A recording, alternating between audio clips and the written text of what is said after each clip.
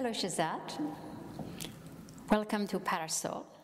Since the concept of the exhibition is so clear and so special, and we worked a lot about it, talked about it, and I really hope we can talk about it also here, so visitors will realize why things are the way they are.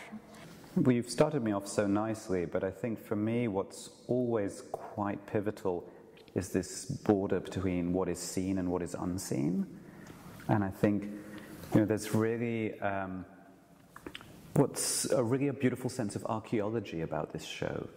There's a real excavation of different symbols, sites, and meanings, and that very subtle series of interconnections, is something that I work, as you know, very hard to kind of make the associations, the symbolic connections, even the visual references that play out across the different media. But really, I think the show, it takes its title from the newly commissioned film, which is premiering here downstairs, Towards the Possible Film. And I think we finally decided to go with that title because it seemed to enshrine this idea of possibility, but also how individual works in the larger body of an artist's practice become signposts along the way to a broader universe. And for me, there's always that hint of the cinematic in everything I do. Particularly in this show, it's kind of expanded. We also have this beautiful new installation upstairs through Pierced Flesh and Skin of Dreams, which for the first time takes my textile paintings off the wall and explores how they might work in sequence, very much closer to how I work in terms of editing the films. What does this sequence mean to you? We just say it is a connection with your film. So tell us a little bit about it. Well, for me, always the painting has had a very, for me personally, in my thought process, the painting has had a very direct relationship to the filmmaking and vice versa. So often in the paintings, I'm experimenting with the juxtaposition of two or more images or sets of imagery to look at almost a testing ground for things I might explore later in a particular film. Is it only imagery, or is that also time? It's always, of course, time, because the imagery is often plucked from different contexts or times, and also there's often a fine line between abstraction and figuration in everything I do, from the light sculptures through to the films. But it's so remarkable when I think about it. Here is the idea of science, and then you bring the idea of soul, and maybe religion, maybe not, maybe some kind of other history or technology. Everything comes together in your work, and you see it in your film and in your new sculptures. Why depend on space and time? And when it arrived the other day, I just didn't know what to say. And I thought, my goodness, here is again a kind of mix of everything in your mind, and in mix how you connect with different concepts in life, soul, technology, science, and aesthetic, beauty. Everything comes together, and that work specifically talks about quantum mechanics, isn't that?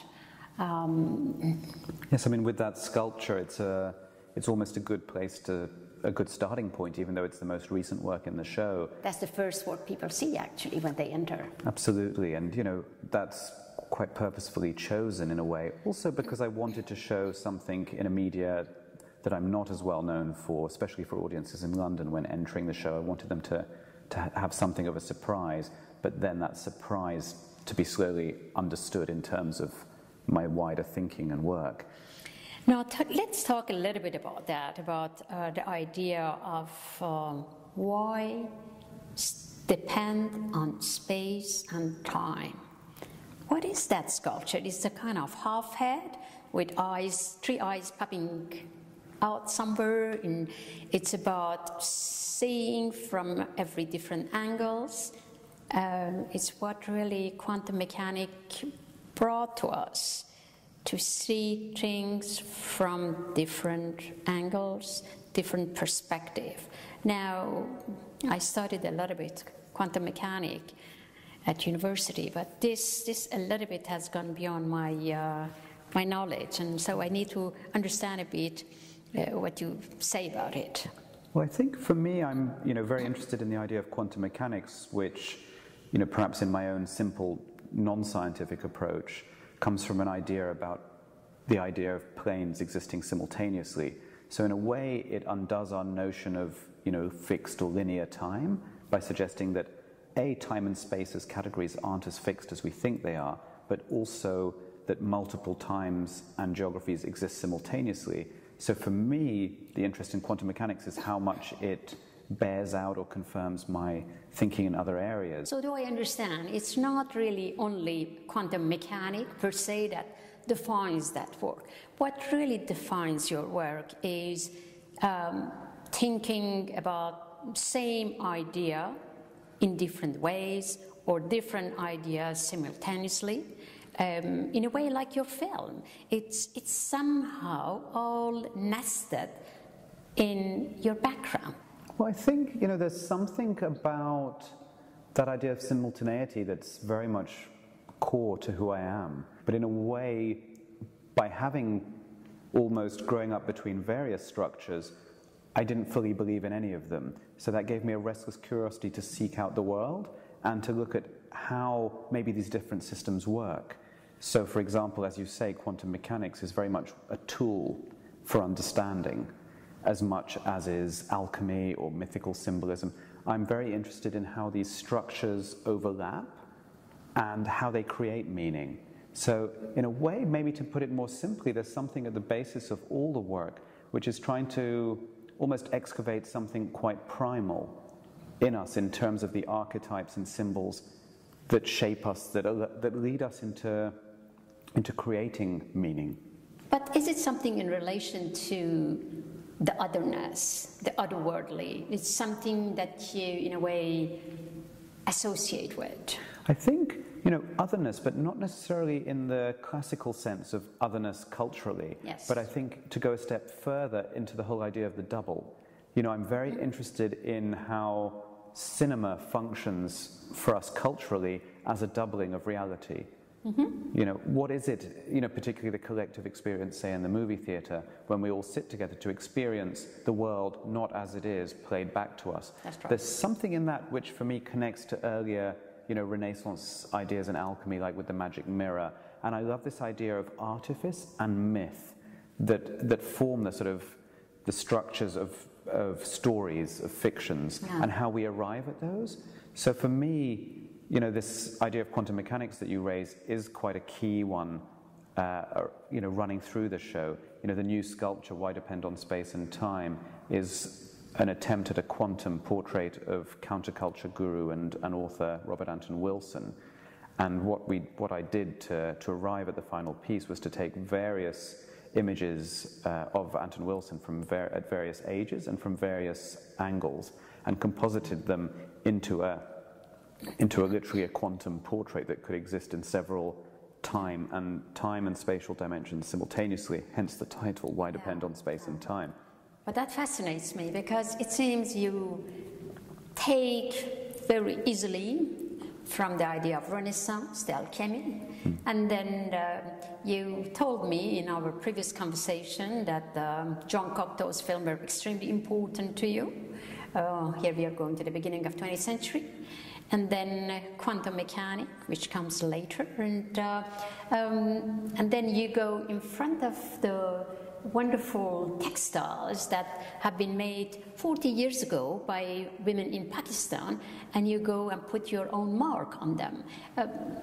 This is quite remarkable. I mean, just a lot of freedom, and at the same time, not really worrying what people think. You are doing your thing. And this is how it should be. And let's talk about it a little bit. I enjoy the radicalism of that.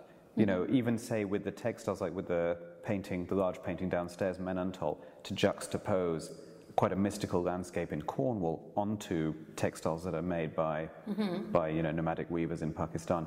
I love the ability to make those bridges, those unexpected and as you say, somewhat challenging connections. But I actually think sometimes I get very, very frustrated or almost angered by, our cultural dogmas that say that this particular body of knowledge cannot be wed to that. Now let's talk about your light sculptures downstairs. Here, of course, we have a privilege to have the black sun behind us, but downstairs they are those wonderful elliptic elements, and what do they represent for you? So elliptical variations downstairs, plays with both the waveforms that, that inform ideas of quantum particles in space, but also similar waveforms exist in terms of alpha waves in the brain that relate to higher states of consciousness.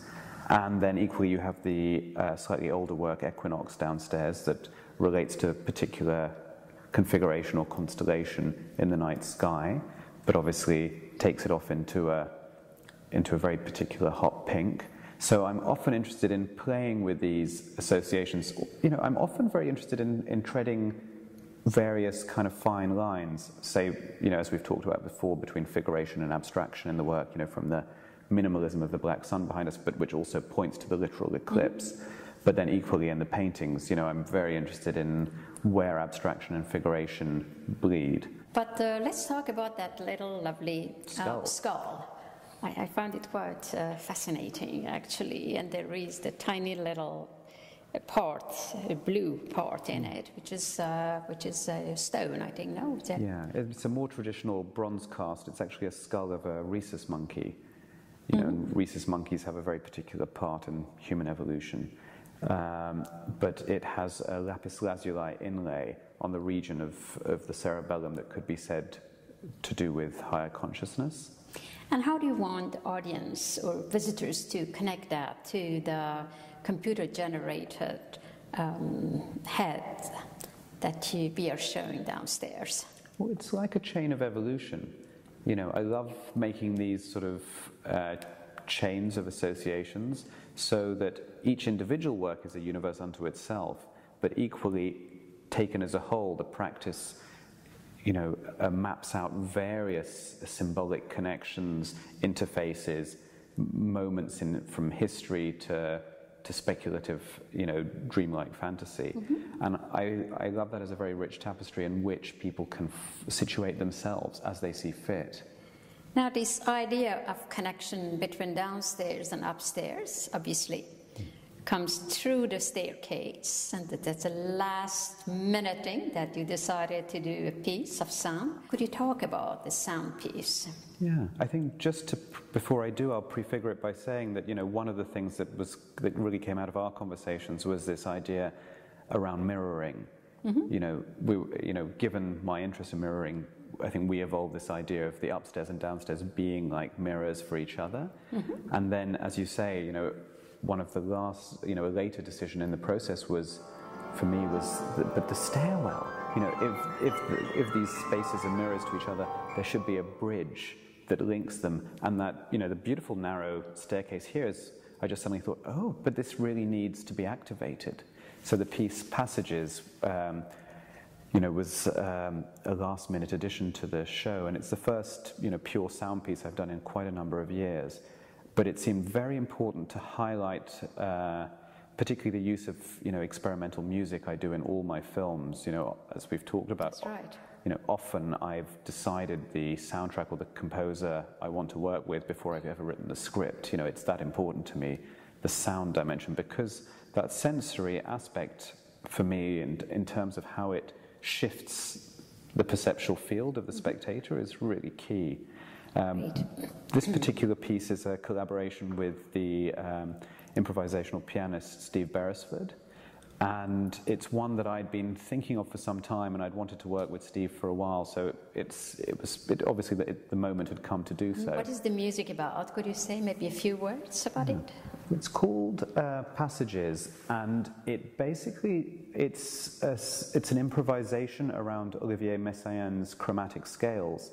So it's almost, for me, it felt like the musical notation for what I do in the light sculptures, particularly, in terms of their chromatic function. And I asked Steve to improvise around Messiaen's chromatic scales, but while looking fixedly at a facsimile of Duchamp's Nude Descending a Staircase, as a sort of playful association to its function, as a staircase.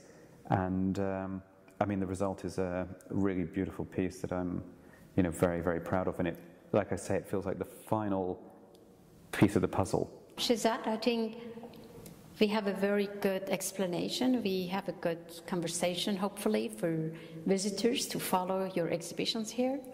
And I'm thankful for your creativity, thankful for your trust, showing your work here. And I think our world is so much better to have different cultures coming together, mixing different things, fields, science, aesthetic, art. What a wonderful time we are living in, the beginning of the 21st century. Thank you very much, Shezad. Thank you, Ziba.